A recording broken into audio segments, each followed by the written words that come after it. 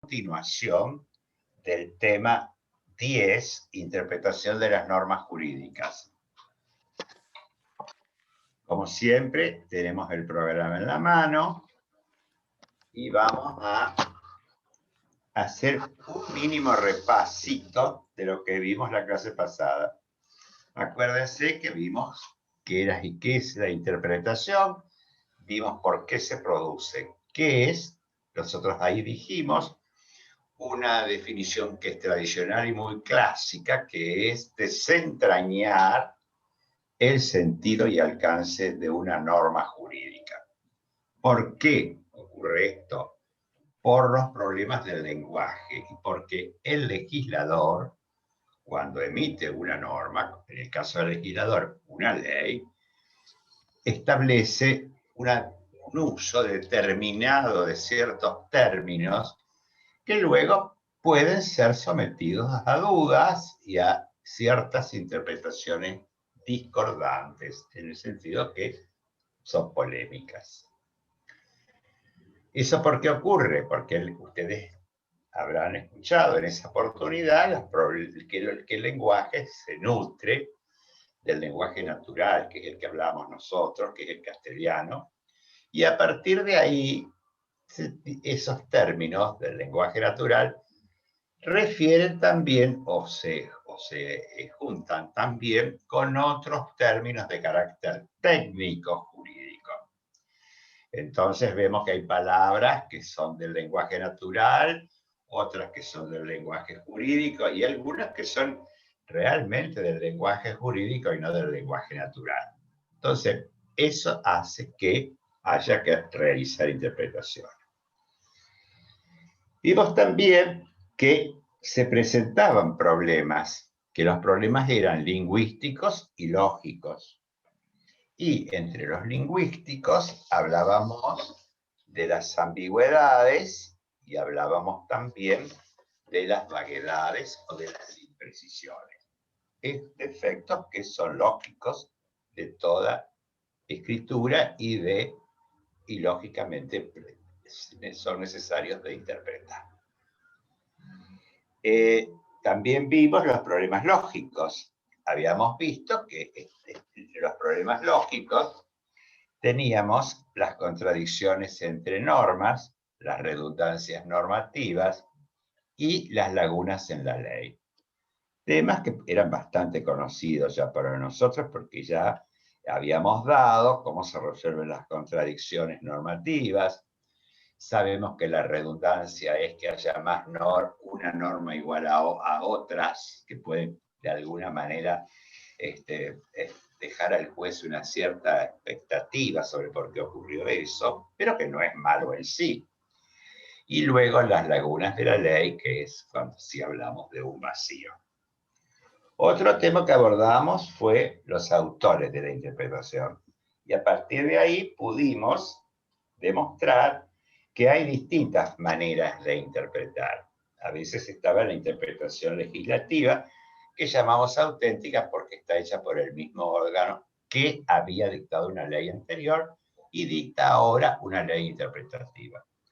Hablamos también de la interpretación judicial y hablamos que es la propia del juez, que en realidad a la que nosotros centramos el estudio, y la interpretación doctrinaria, que es la que realicen los autores de derecho, los autores con los cuales ustedes estudian, que realizan interpretaciones, pero lógicamente para nada vinculantes como son las anteriores. También pasamos a ver los diferentes resultados de la interpretación, que la interpretación a veces, tomando un texto determinado, es taxativa o declarativa sin más. Pero a veces hay la necesidad de la restricción de ese texto, o sobre todo del sentido del texto, o de la extensión. Esto es propio de los momentos en que tradicionalmente se hablaba de que la interpretación podía restringir o expandir el espíritu del texto o el espíritu de la ley. Pero actualmente ya dejamos de hablar de espíritu para hablar en todo caso de sentido. Pero viene desde allá, desde muy lejos, esta clasificación. Luego, ahora, en realidad tendríamos que pasar al punto 6, que voy ahora enseguidita a exponer muy brevemente, pero antes quería recordarles que en realidad todos los operadores jurídicos realizan interpretaciones. ¿Por qué? Porque si ustedes recuerdan, en la teoría de Kelsen, toda aplicación del derecho implica una creación al mismo tiempo. Y por lo tanto, toda creación implica una aplicación y por lo tanto es necesaria la interpretación. También quería decirle que los jueces no solamente interpretan leyes. Nosotros acotamos, ¿por qué? Porque es mejor acotar el círculo de la enseñanza para no ampliarlo y que después se haga más confuso. Pero les tengo que advertir que los jueces interpretan tanto el derecho escrito como el derecho no escrito, y también los hechos.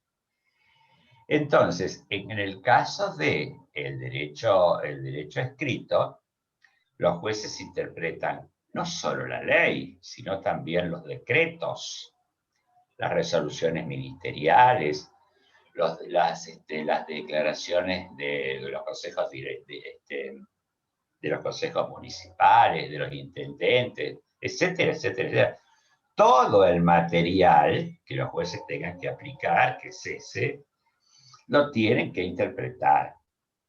Es decir, tienen que interpretar todas las fuentes del derecho, aunque nosotros solamente hayamos acotado a la ley este tema. Interpretar las fuentes del derecho implica entonces también que tienen que interpretar la jurisprudencia. Interpretar la jurisprudencia no es tan difícil, porque la jurisprudencia también está escrita, pero es más complicado todavía interpretar la costumbre jurídica, porque la costumbre jurídica, el juez tiene que indagar en los hechos y en la conciencia social para determinarlo, lo cual no es tan sencillo. Por último, los jueces también tienen que interpretar los hechos, porque si no interpretaran los hechos, no podrían realmente realizar su decisión, que sabemos que siempre en toda decisión está implicada un hecho y una norma, por aquella clásica definición de que aplicar es subsumir el caso concreto en el supuesto abstracto de la norma e imponerle las consecuencias que están establecidas en la norma. Creo entonces que acá puedo terminar el repaso si no hay alguna preguntita. Y entonces me pasaría al punto 6, que habla de la intención subjetiva del legislador o el sentido lógico objetivo de la norma. Bien, ya probablemente vamos a hablar enseguida que una escuela como la escuela histórica se ató enormemente al concepto de voluntad del legislador. Y es un concepto que hasta el día de hoy puede ser usado por algún juez, en el sentido de que es bueno indagar qué es lo que el legislador quiso. Sin embargo, otra postura diametralmente expuesta es que decir que no es solamente la búsqueda de la voluntad del legislador, sino que las normas alcanzan por sí solas después una independencia de esa voluntad del legislador, de modo tal entonces que generan una situación objetiva que debe emplearse y definirse en relación a caso concreto que es sometido a interpretación. Entonces, una ley, por ejemplo, que tiene 50 años, puede ser aplicada hoy con ese criterio.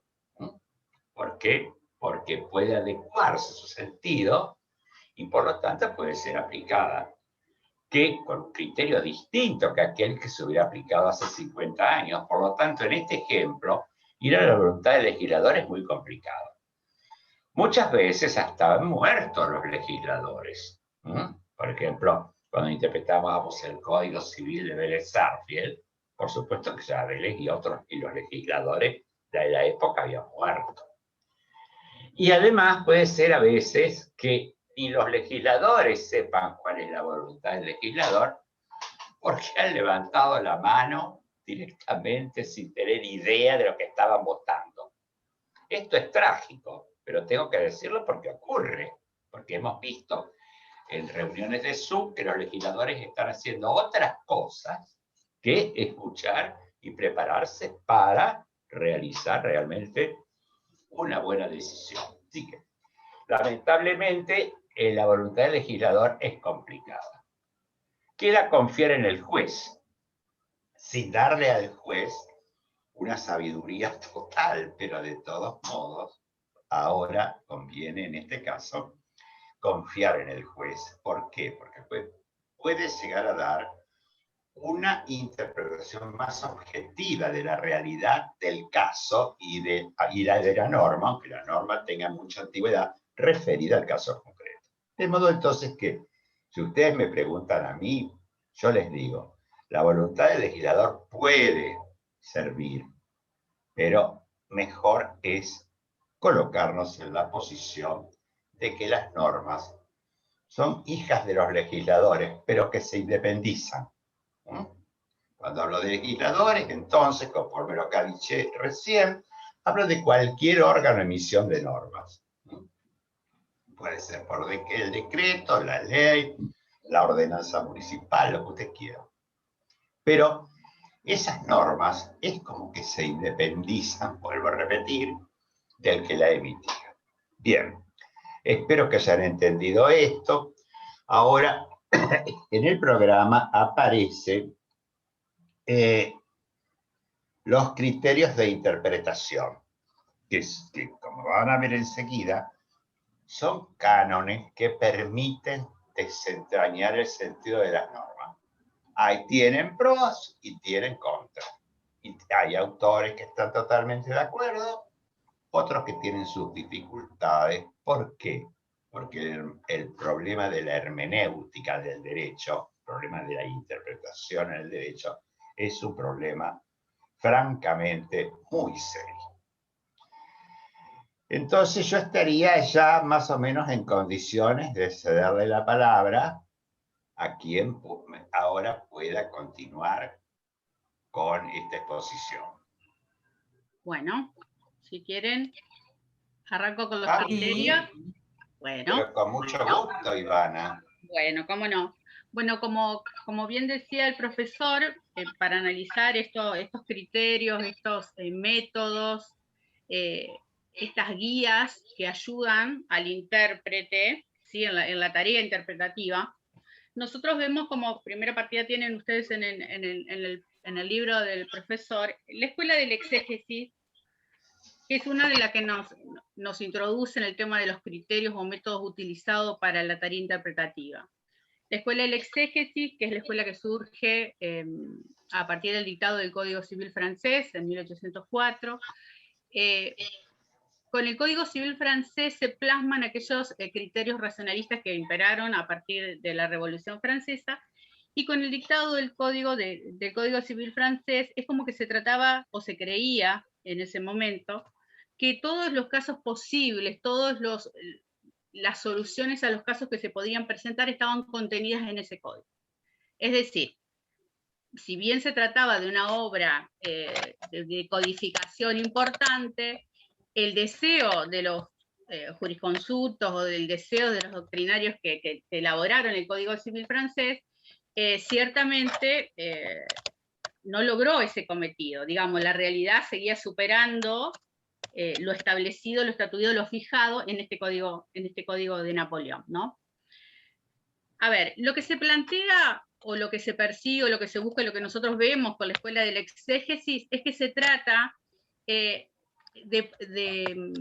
dar prevalencia o dar importancia a la ley como única fuente del derecho. Digamos, estamos en una corriente totalmente legalista, donde el único productor de normas es el Estado, ¿sí? A través del legislador. Y a partir de pretender fijar estos cánones que se habían promulgado con el Código Civil francés, se reduce la tarea del juez a una tarea totalmente de aplicador del derecho, ¿sí? No de que se le prohíbe o se impide cualquier tipo de creación normativa. Y volviendo un poco a lo que planteaba el profesor Eloy, por la escuela del exégesis se plantean esta cuestión de que la tarea interpretativa se va a llevar a cabo mediante la búsqueda de esta voluntad del legislador si la letra de la ley no fuese clara. Como primera medida se va a acudir al método gramatical. La ley, o el Código Civil francés, iba a contener todas las soluciones posibles a los casos que se plantearan, por lo cual la idea sería recurrir al texto de la ley en primera medida, al primer criterio o procedimiento establecido, que es el criterio gramatical. Es decir, al análisis de la norma, al análisis del texto de la norma, que ese legislador, en esta búsqueda de la voluntad del legislador, se supone que eligió correctamente, con términos claros, precisos, concisos, certeros, y que están, a partir de ese análisis gramatical, se podría dar resolución a las cuestiones que se plantearon.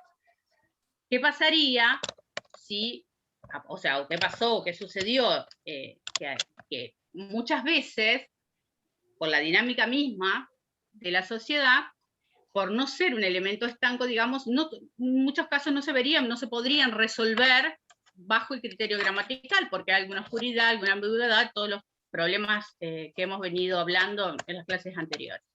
En ese caso, la escuela de la exégesis lo que propone es recurrir al método lógico. Al método lógico, que lo que va a consistir es en tratar de reconstruir esta voluntad de este legislador que dictó la norma, ¿sí? Y cómo llegaríamos, o sea, lo que se busca llegar es esta voluntad, hacer una investigación psicológica, histórica y psicológica de la voluntad de ese legislador que dictó esa norma. Es decir, cómo llegaríamos a esa reconstrucción, a esa investigación, indagando, por ejemplo, como decía bien el profesor Eloy, indagando en los motivos que llegaron al dictado de la norma, en los antecedentes de esa normativa, en las manifestaciones de ese legislador respecto de la norma que se está estudiando o analizando. Esta escuela, como decíamos, o esta corriente, o esta escuela del exégesis, es una corriente donde la figura del juez está totalmente desdibujada, digamos. El juez es un simple replicador de la norma, se limitan absolutamente sus facultades creadoras de derechos, ¿sí? Entonces, las respuestas a las preguntas, a la tarea interpretativa, siempre van a estar en la norma, ¿sí? Y se van a tratar de seguir, de buscar siempre la norma, a través primero del método gramatical y por fuera de la norma, para investigar solamente la voluntad de ese legislador que dictó, ¿sí? Entonces, ahí vamos viendo como primera medida el método gramatical y el método lógico. ¿Qué sucede? Surge también, y el profesor Eloy recién también mencionó, a la escuela histórica. La escuela histórica surge en Alemania, ¿sí? Y se podría decir que como reacción al exceso legalista de la escuela de la exégesis, ¿sí? Ahí tenemos, bueno, autores como Hugo, que fue uno de los que inició con esta escuela, pero sobre todo con Savigny, que es el que desarrolla toda la teoría, y que tiene una postura totalmente contraria, poder decirlo de algún modo, ¿sí? Surge como reacción a esta corriente, y se sostiene que en realidad este excesivo apego a la ley, o la excesiva exaltación de la ley como principal fuente de derecho no era tal.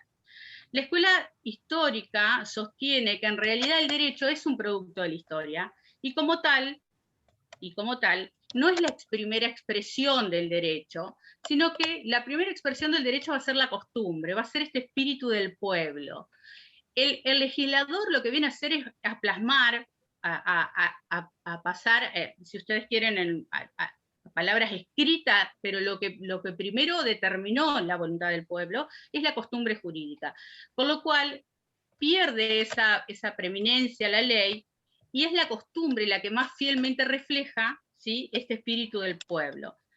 Con esto lo que queremos decir es que la ley en realidad, o el legislador, si ustedes quieren, lo que viene a hacer es formalizar lo que ya había dicho primeramente la costumbre, o había manifestado este espíritu del pueblo a través de la costumbre, ¿sí? Con lo cual, la norma se independiza, adquiere otra significación al momento de dictarse. Como decía el profesor Eloy, la norma ya no le pertenece al legislador, se independiza de él. Y entonces lo que establece Savigny son estos procedimientos que, además del gramatical y del lógico, que incorpora, y que lo que establece Savigny es que estos procedimientos o estos criterios se tienen que dar siempre y todos, digamos, en el análisis interpretativo o la tarea interpretativa. Entonces, primeramente se recurrirá a un criterio, a un procedimiento gramatical y a un procedimiento lógico, pero incorpora dos criterios muy importantes y muy significativos, como son el criterio histórico y el criterio sistemático.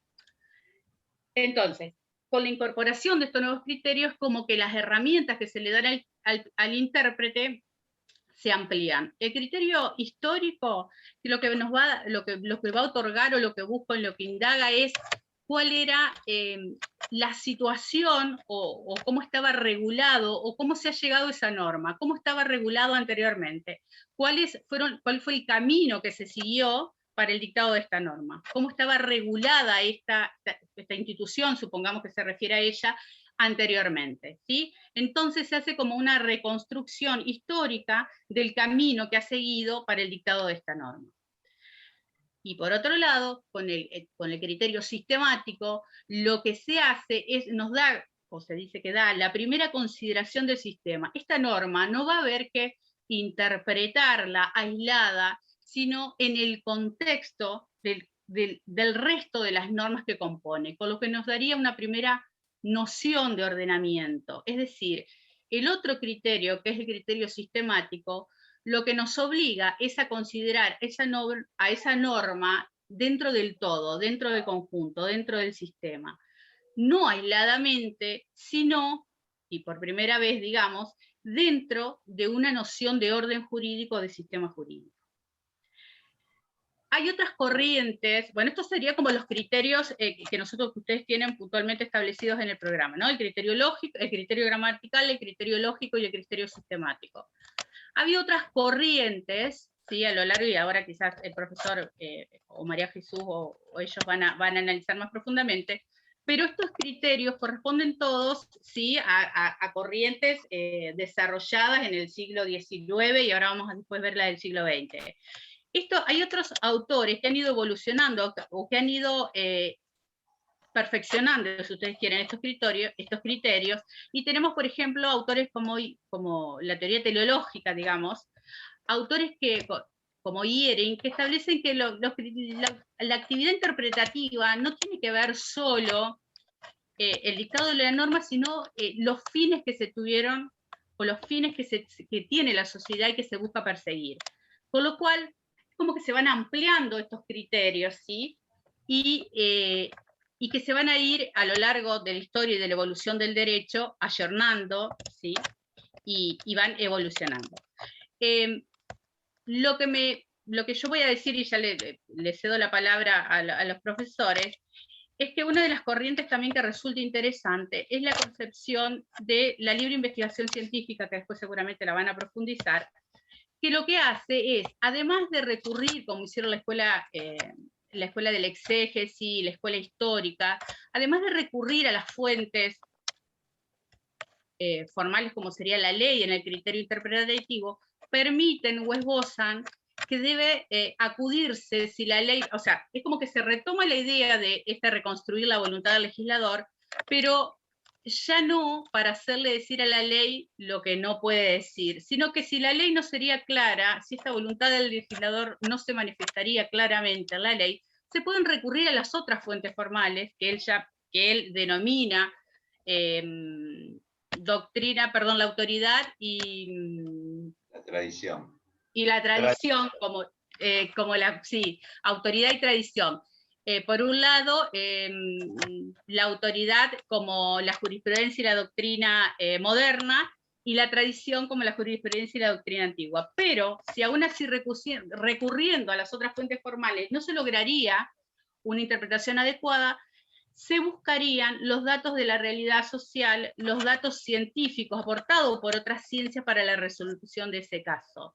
con lo cual ya se dejan los criterios más tradicionales de recurrir solamente a la ley o a la costumbre, para pasar a otras ciencias que podrían aportar y podrían darle al juez la posibilidad de llegar a una resolución fundada. Es decir, a una resolución con rasgos científicos y no netamente subjetivos o arbitrarios. Bueno, le cedo la palabra a los profesores si quieren seguir con las otras corrientes. Bueno, antes que nada decir que ha sido muy buena tu exposición y sobre todo muy clara y que has abarcado una historia de casi 300 años, porque es casi anterior a veces al Código Civil francés, pero bueno, se cristaliza en 1804 en que se dicta el Código Civil francés. Sí, por ahí lo que no mencioné, pero bueno, era porque venía como muy rápido, es que, a ver, ¿cuáles son las consecuencias de tomar una u otra guía interpretativa, digamos?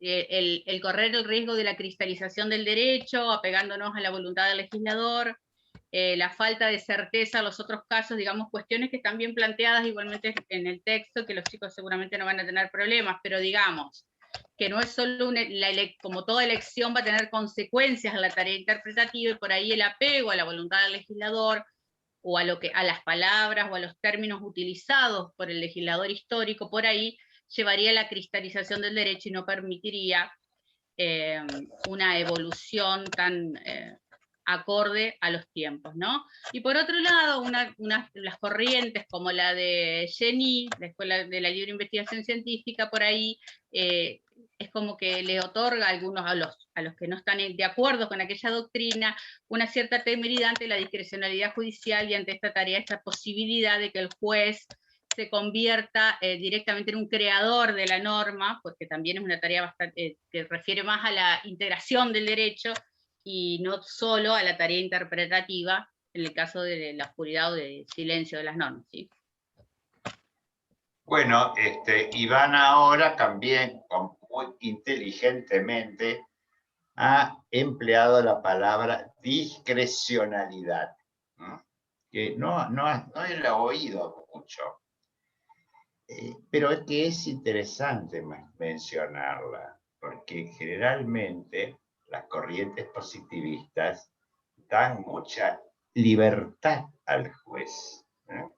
Un poco, inclusive algunas escuelas, han dicho que el derecho es lo que los jueces dicen. Y bueno, eso, la discrecionalidad, puede ser en cierta medida interesante, pero si le dejamos al juez la discrecionalidad sin límites, eso también es problemático y afecta a otro valor del derecho, como muy bien dijo Ivana, que es la certeza. Entonces, es bueno que el derecho tenga certeza, que nos dé seguridad y que conozcamos qué nos puede pasar. Pero también entonces es bueno que el juez tenga ciertos límites. ¿Por qué?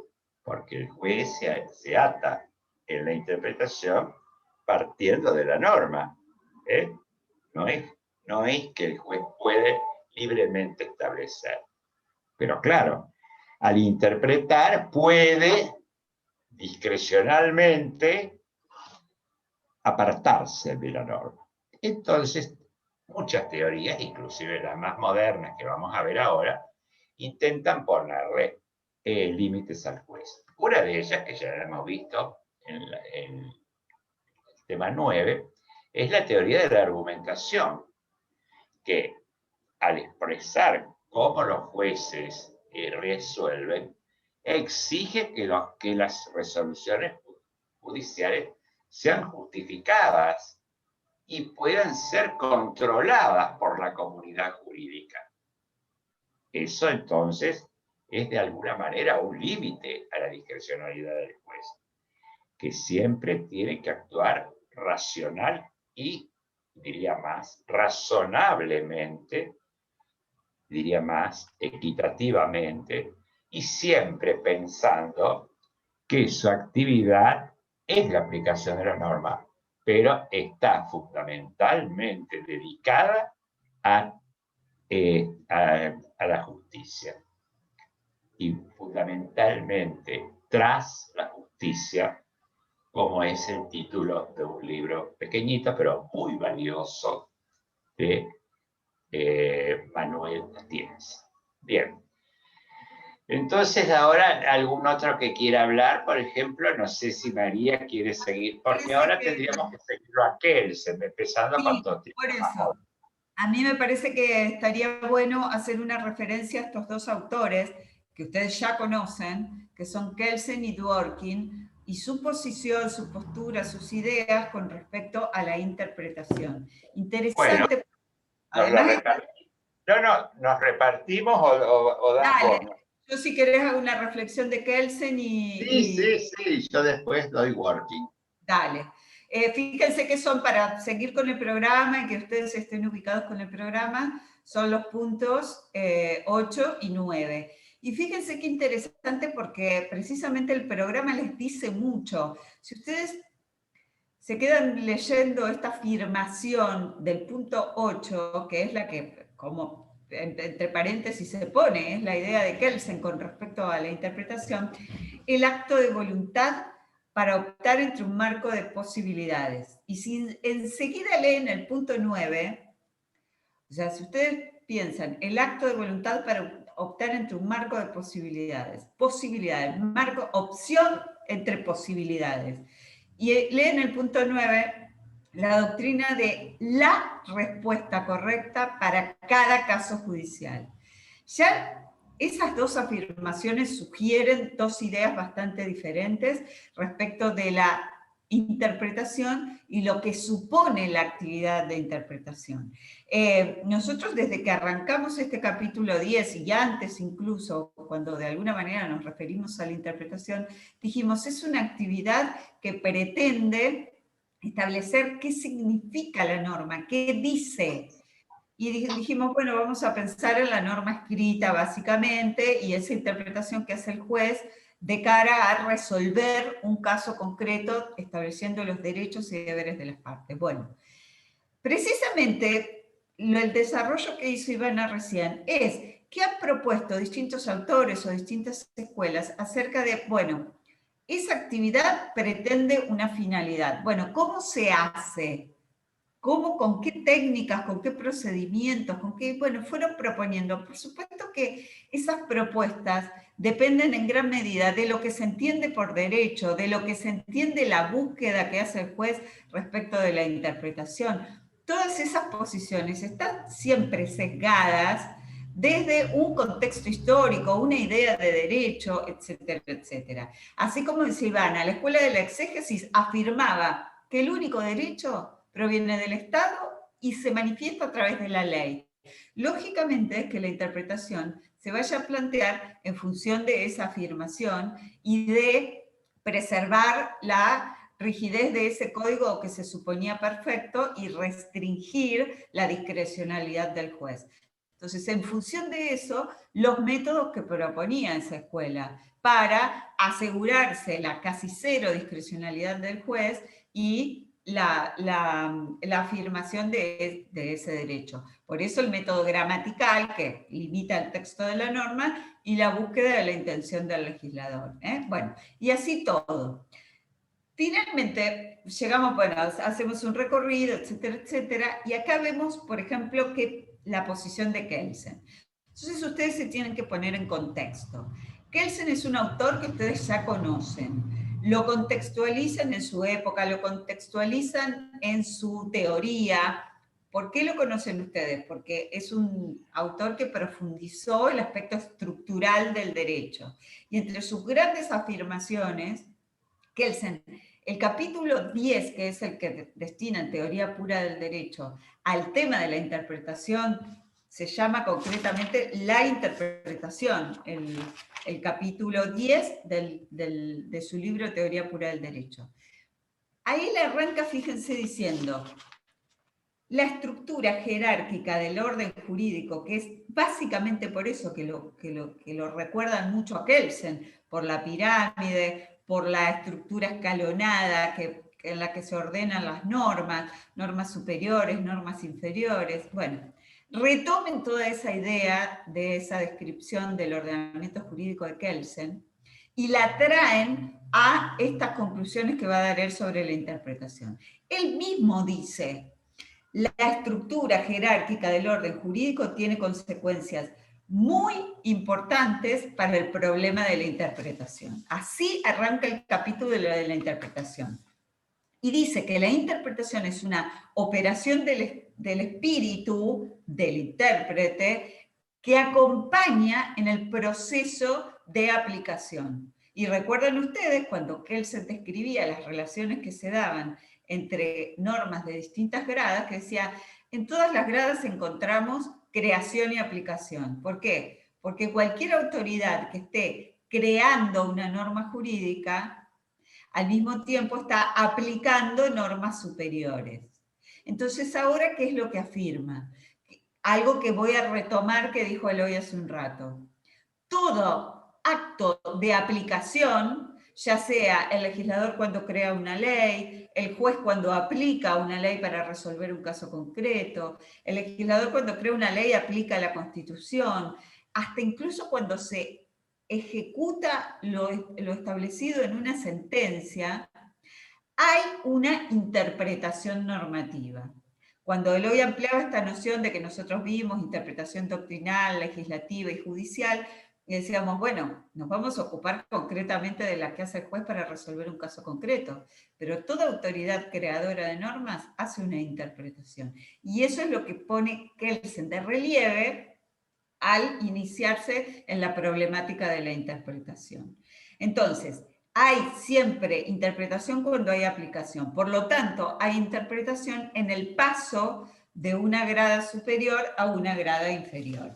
Al pasar de una grada superior a una grada inferior, lo que se está haciendo es un acto de aplicación. Y por lo tanto, se está haciendo un acto de interpretación. ¿Por qué? Porque toda norma determina solo parcialmente, y acá nos vamos encaminando a esa idea de las posibilidades de aplicación. Toda norma determina solo parcialmente el acto por el cual va a ser aplicada.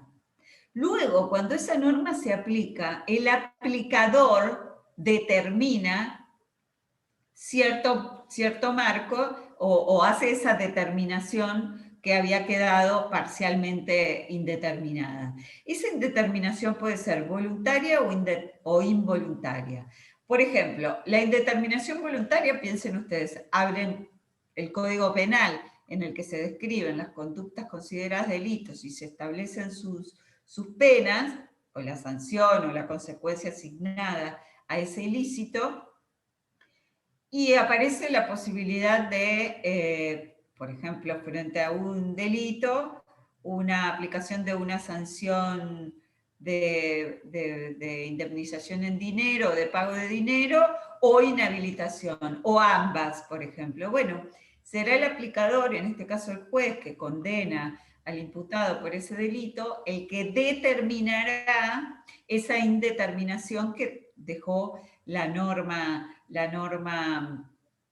abierta. En ese caso es voluntaria la indeterminación de la norma superior que el acto de aplicación va a determinar en ese aspecto indeterminado. Entonces, el juez, cuando establezca que el condenado tendrá inhabilitación por tanto tiempo con más una pena pecuniaria, bueno, está en cierta manera en el paso de la grada superior a la grada inferior, creando la norma nueva y aplicando la norma superior, determinando esa indeterminación voluntaria.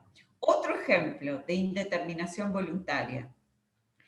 ¿Se entiende de lo que estoy hablando? Kelsen afirma que toda norma, en general, deja parcialmente indeterminado su posibilidad de aplicación. A veces esa indeterminación es voluntaria. el propio creador de esa norma que va a ser aplicada deja al aplicador para que realice esa determinación. Los ejemplos, por ejemplo, de las normas de ciertas, para poner ejemplos simples. Ahora, por ejemplo, tenemos un ejemplo muy a mano. ¿Saben ustedes que las facultades de regular todo lo relativo a las medidas que se están tomando en relación a la emergencia sanitaria que nos provocó esta pandemia, bueno, están reguladas esas facultades? Bueno, ¿ustedes creen que está todo determinado? Que se imaginan que o una epidemia o una pandemia son de diferentes tipos o con diferentes consecuencias. Imagínense ustedes que nosotros, con este virus que ya apareció desde hace más de 2 años en su origen, se van generando nuevas cepas, la ciencia va contra reloj, es más lo que no sabemos que lo que sabemos de este virus. Imaginen ustedes que podría haber cierta determinación en cuanto a cómo las autoridades, a medida que va evolucionando la problemática, van tomando las medidas, etcétera. Bueno, otro ejemplo, ¿no? Bueno, así un montón de normas. A veces la indeterminación es involuntaria. Estábamos hablando de que Kelsen afirma que las normas tienen, toda norma determina de modo parcialmente su aplicación. A veces es involuntaria. ¿Qué ejemplos podemos dar de una indeterminación involuntaria? Cuando aparecen normas en cuyo texto hay palabras que tienen algún problema, como los que conversamos la clase pasada. Son ambiguas, son imprecisas, son términos equívocos, y que aparecen, ¿qué decíamos entonces? Aparecen varias posibles interpretaciones frente a un vocablo o a un término en el que está contenido en el texto de la norma. Quizás no fue voluntaria esa generación o posibilidad de que la norma se interprete de distintas maneras o con distintas posibilidades. Bueno, entonces, esto largo viene en relación a que esa afirmación de la indeterminación de la norma es una afirmación importante para la idea de interpretación de Kelsen. Entonces, toda norma ofrece varias posibilidades de aplicación. Esas varias posibilidades las constata, las registra, las establece el intérprete, y eso consiste en un acto intelectual, de establecer cuáles son las posibilidades de aplicación de la norma. Hasta ahí es un acto intelectual, pero el acto de la aplicación y como consecuencia de la interpretación es un acto volitivo, es un acto de la voluntad. Una vez establecidas las posibilidades que el marco de la norma admite de aplicación, el juez elige una de esas posibilidades para la creación de la norma nueva o para la aplicación. Y dice Kelsen, ese acto de aplicación o esa norma nueva será conforme a derecho en la medida que esa interpretación estaba dentro del marco de posibilidades o dentro del marco de indeterminación de la norma superior que se está aplicando. Entonces, imaginen ustedes el contraste de que el mismo Kelsen lo afirma, la interpretación no conduce a una única posible solución justa que tiene la norma. Y acá van ustedes ya pensando en la diferencia con el autor que vamos a ver enseguida. ¿Se dan cuenta? Por eso, ustedes en el programa, como referencia a la idea de Kelsen, tienen que la interpretación es un acto de voluntad. Tiene todo un previo trabajo de determinación de las posibilidades de aplicación, pero la interpretación elige una de esas posibilidades, que es la que convierte en derecho, que será conforme a derecho o conforme a la norma superior en la medida que esté dentro de ese marco. ¿Se dan cuenta? Entonces, bueno, ahora si vemos a Dworkin, vamos a ver cómo Dworkin va a afirmar que para todo caso hay una sola posible respuesta justa Cada caso tiene una sola posible respuesta justa. No sé, Eloy, si te parece agregar algo antes de pasar a Eduardo. Muy bien, está muy bien, está muy bien. Lo que yo considero es que está muy correcto la referencia que hiciste al programa, porque si se pregunta en una pregunta cuál es la teoría que se refiere al acto de voluntad para optar entre un marco de posibilidades, ya para saber que esa postura es la de Kelsen y que hay distintas posibilidades de resolver un caso. Esto es muy distinto a la opinión de Dworkin, que ahora voy a ampliar. Pero fíjense, en el punto 9 dice, la doctrina de la respuesta correcta. Como si hubiera una sola correcta. Y esto justamente es lo que postula Dworkin. Y entonces hay dos posturas diametralmente opuestas. Recuerden siempre esto. Dworkin busca que la decisión del juez sea la única decisión correcta que puede tener el caso. Kelsen, contrariamente, piensa que las normas que deben ser aplicadas, cualquiera sea, ofrecen siempre un marco de posibilidades a las que el juez tiene que analizar y por su voluntad establecer cuál es la posibilidad o la mejor entendible, y esa es la que se va a considerar derecho positivo. Entonces, en Kelsen, la interpretación, además de ser un acto cognoscitivo, es decir, que aplica todos los métodos de los que también nos habló Ivana, que esa es una mirada cognoscitivista de la situación, al mismo tiempo introduce la voluntad del juez. Por eso dice el acto de voluntad para optar entre un marco de posibilidades, Kelsen. Este acto de voluntad es justamente la innovación de Kelsen con respecto a todos los métodos que habló bien Ivana. Y entonces fíjense ustedes que esto es muy interesante, porque quiere decir que Kelsen de alguna manera descalifica el uso de métodos. ¿Por qué? Porque los métodos que nos plantea Ivana, que podrían todos usarse al mismo tiempo, como muy bien ha dicho la Corte Suprema de Justicia, el hecho de que se utilicen esos métodos es justamente porque se cree que va a salir una respuesta correcta también, aunque no se lo diga como tan expresamente lo dijo Dworkin. Quiere decir entonces que Kelsen un poco descreyó de todo este material cognoscitivo. ¿Por qué? Porque si bien el juez lo tiene que aplicar para ver las distintas posibilidades que la norma le brinda, finalmente entre todas esas, por ejemplo, 2, 3 posibilidades, el juez elige una. Y esa es la única que se convierte en derecho positivo. ¿Por qué? Porque es la única norma que ha surgido de una autoridad competente. Bien. Entonces, en Kelsen quizás podría haber habido otras respuestas correctas. Tantas respuestas correctas como posibilidades permite la norma. Kelsen no se va de la norma, por supuesto, porque es un positivista.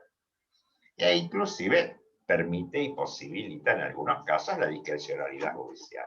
Bien, pero vamos a Dworkin. Dworkin tiene un libro muy importante que es Los derechos en serio. Dworkin es un profesor de Harvard, de Yale, pero de nuestra década, de nuestro siglo, y ha nacido, por supuesto, en el siglo pasado, en 1931, pero falleció en el 2013, quiere decir que es actual. Bien. Ha revolucionado de alguna manera la teoría jurídica, con algún éxito. ¿Por qué? Porque ha tenido también opositores. También ha sido polemizado. Bien, Working en este libro, Los derechos en serio, plantea que el derecho no solo está compuesto por normas, sino que también está compuesto por principios. Quiere decir que Kelsen, para quien el derecho estaba compuesto por normas y ante la indeterminación de las normas muchas veces dejaba en manos de la discriminación, de la discrecionalidad judicial, ahora Working le plantea que al resolver sobre la base de normas y principios, esa discrecionalidad es eliminada. Que Working no cree en la discrecionalidad judicial. Bien. ¿Y cuáles son los principios que él plantea? Los principios pueden dividirse en directrices políticas o principios del sentido estricto. Las directrices políticas son estándares que establecen objetivos, metas que el Estado quiere alcanzar y que proponiéndose, digamos, proponiéndose solucionar necesidades sociales, económicas, políticas que quiere alcanzar y regular. Mientras que los principios de sentido estricto son estándares que establecen ciertas exigencias de justicia, equidad, moralidad. Entonces, al aplicar estos principios, y se abre muchísimo el espectro que el juez tiene que analizar, porque no solamente tiene que analizar la norma que cree que es la aplicable, sino tiene que analizar la norma dentro de la historia del derecho, dentro del sistema jurídico, y además tiene que analizar todo lo que está vinculado con los principios, que los principios de por sí presentan cierta indeterminación. Por ejemplo, los principios constitucionales tienen todos, de alguna manera, una cierta indeterminación. O los valores, o los propios derechos humanos, los principios, el principio de la libertad de expresión, el derecho a la defensa de los derechos humanos. Todos esos principios también tienen que ser clarificados de acuerdo con las circunstancias del caso concreto. ¿Y quién va a hacer eso? ¿Saben quién piensa Working que tiene que hacer esto? Un juez que se llama Hércules.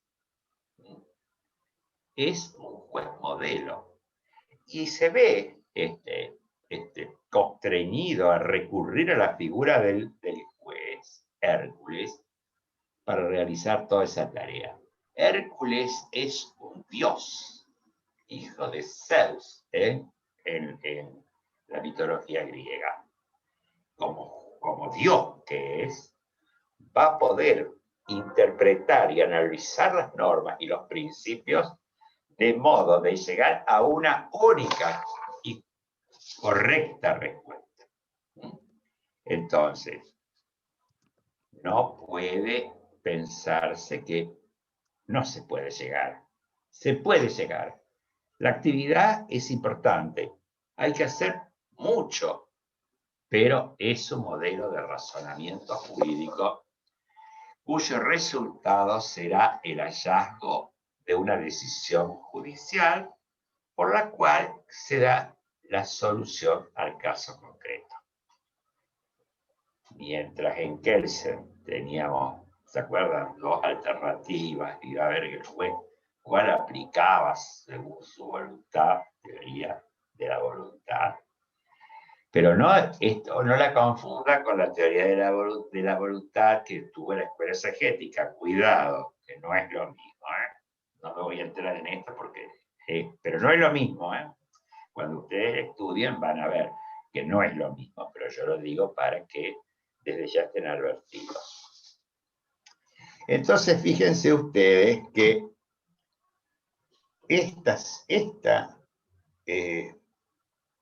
estaba viendo la hora, esta teoría, llamada teoría hercúlea de la adjudicación, va a pensar en que es posible realizar esta tarea y encontrar una respuesta, y que esa respuesta sea correcta.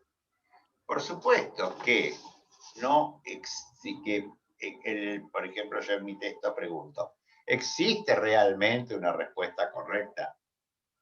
Yo no estoy tan convencido con la tesis de Dworkin. Si bien es una tesis interpretativa importantísima, creo que es posible encontrar otra posibilidad en la respuesta jurídica. Pero de todas maneras, voy a citar dos autores que son importantes, que uno es Neil McCormick y el otro es Robert Alexy, que ya lo hemos mencionado muchas veces.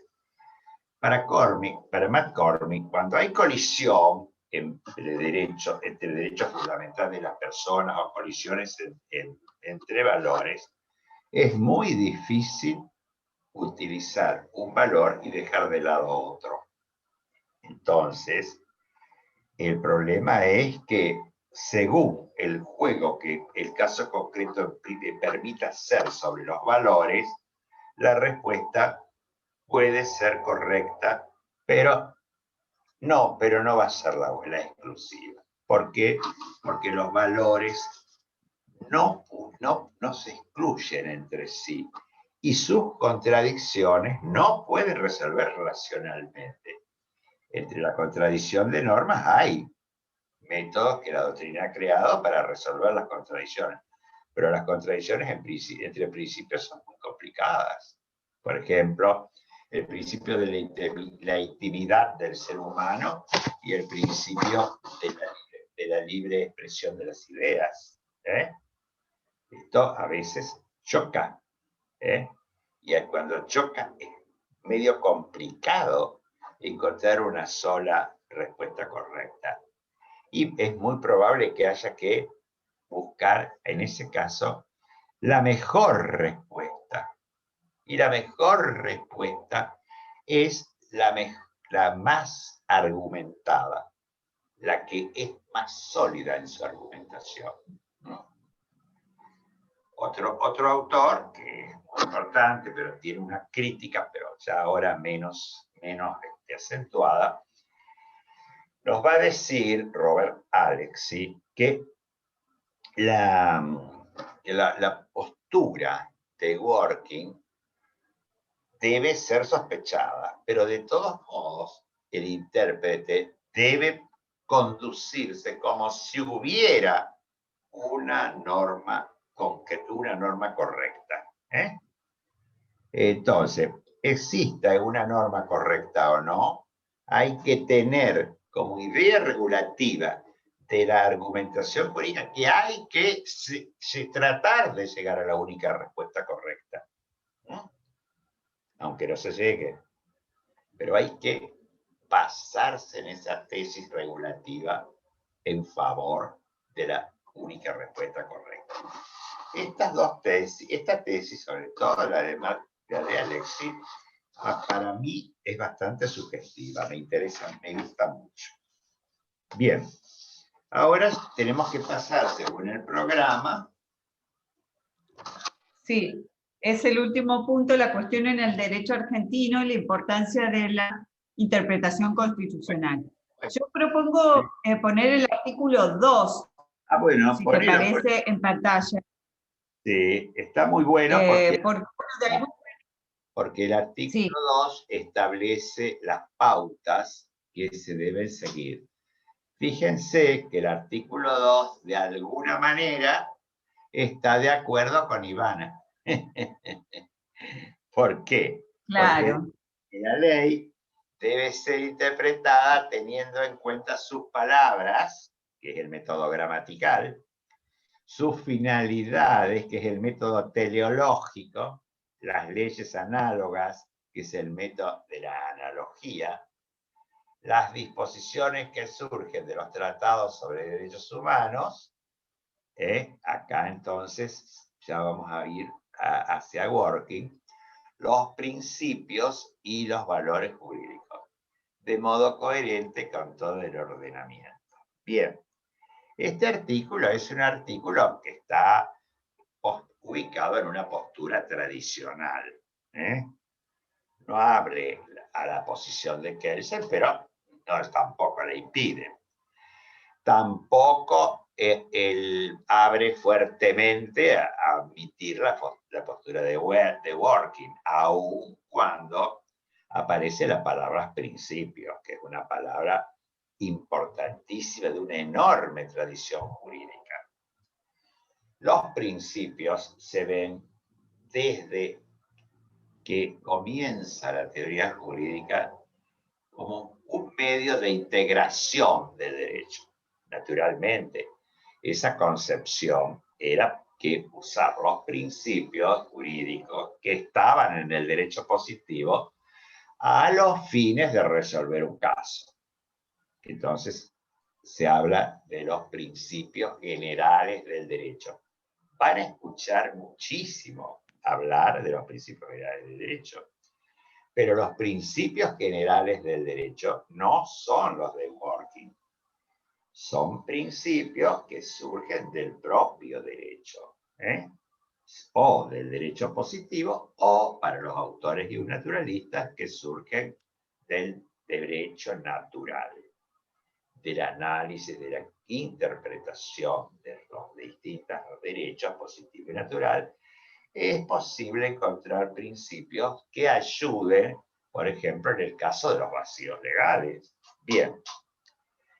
Ahora entonces está en la interpretación, está también ahora hablándonos de principios y también nos habla de los valores jurídicos, cuando esta distinción es muy, muy sutil, porque en realidad los principios también son valores y los valores jurídicos también son principios.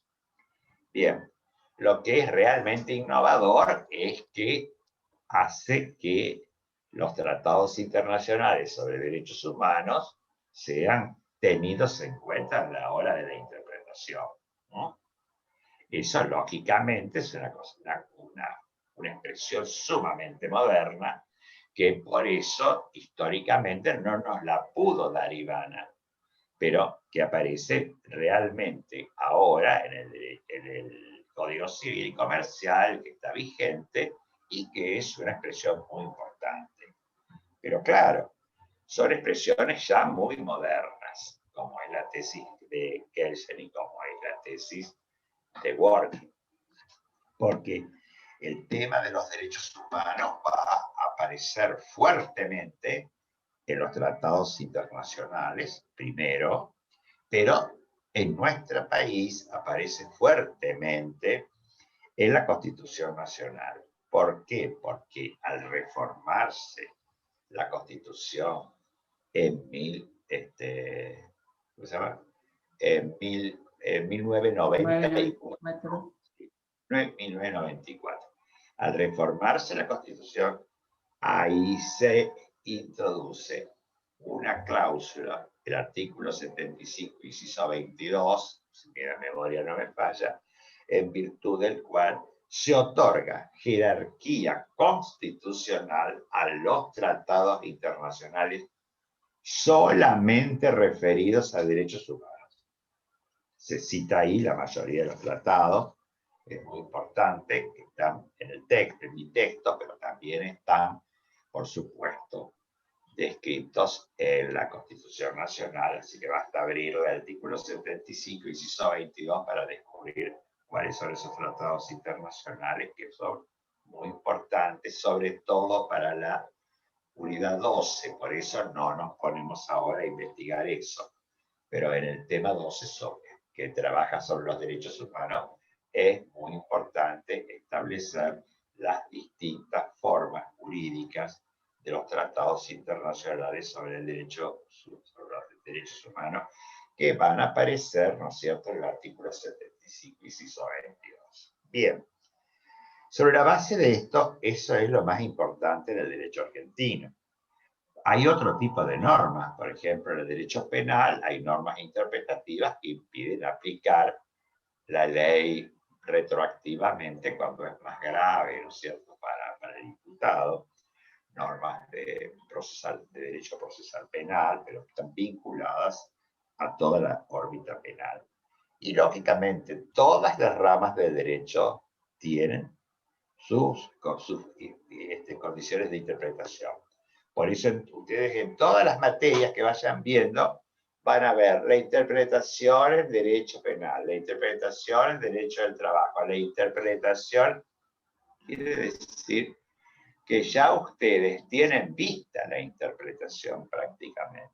Es más, la ley que establece el Código Civil Comercial, digamos, el de 2015, va a incorporar cláusulas sobre interpretación, no solo de una manera general, como es este artículo 2 que estamos en este momento en pantalla, sino también cuando analiza los contratos, cuando analiza los derechos, establece cláusulas interpretativas. Se preocupa mucho por la interpretación jurídica y la resalta en numerosas instituciones. Estoy hablando del Código Civil y Comercial argentino. Bien, no sé qué otra cosita podríamos hablar sobre este tema, si se te ocurre algo, María Jesús. Bueno, con lo que cierra el programa es precisamente la importancia de la interpretación constitucional, que es lo que estabas hablando. Y vamos a de alguna manera la semana que viene retomar algunos comentarios en relación a la interpretación. Saben que según el programa nos ocupa otra tarea de la aplicación judicial, que es la integración, que al contrario de como ocurre con la interpretación, que se realiza siempre, en todo, como decíamos, en todo caso que se aplica el derecho, se lo interpreta, la integración es una actividad que se va a poner en marcha a la medida que aparezca un problema, que es el de las denominadas lagunas, vacío, etc. Entonces ese es el tema que nos convoca la semana que viene, pero de alguna manera vamos a seguir profundizando algún que otro comentario con la interpretación. ¿Por qué? Porque estos tres temas, como decíamos cuando empezábamos el capítulo 9, los tenemos que reflexionar de modo integral y articulado. Son los tres grandes temas relacionados a la aplicación del derecho por el Poder Judicial. Así que, bueno,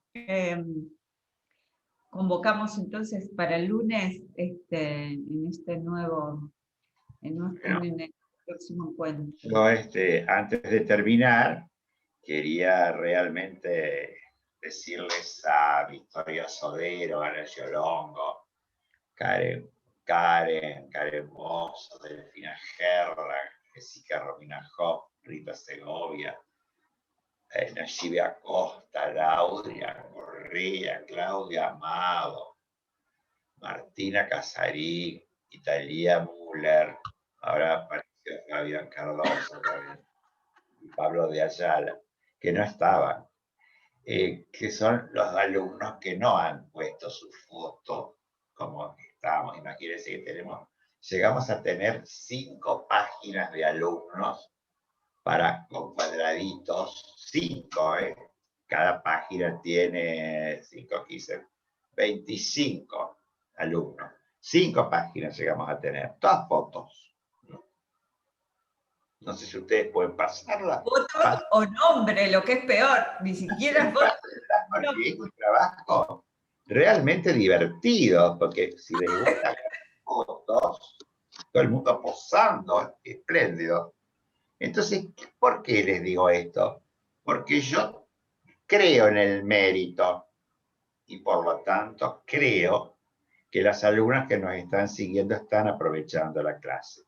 Por supuesto, muchos me van a decir que la clase va a ser grabada. Quizás sea el hándicap que tienen, pero entre tantos alumnos tienen que escuchar la grabación, cuando acá podrían hacernos preguntas sobre el tema y nosotros se las aclaramos. Y nosotros hablamos para que ustedes entiendan los temas, no para que ustedes los lean, no. Entonces le damos el libro y ya está. Y además de eso, nos piden que demos clases para consultas. Quiere decir que yo doy clases porque María Jesús, Ivana, Manuel, amamos la docencia y amamos a los alumnos, pero no a todos los podemos amar, porque missing. Hay mucho amor para dar. Eso nosotros lo damos, pero los otros, ya digo, son missing peoples. Bueno, yo por mí me voy a dormir. No, perdón, ya tengo que cenar. Bueno, nos vemos el lunes. Ojalá prontísimo nos podamos ver personalmente, seguramente. No, pero lamentablemente las veremos por allá en alguna otra materia, pero ahora no sé. Por ahora nos vemos por acá. Sí, bueno, pero nos vemos. Que sigan Adiós. todos bien, ¿eh? Adiós. Chau, chau. Chao.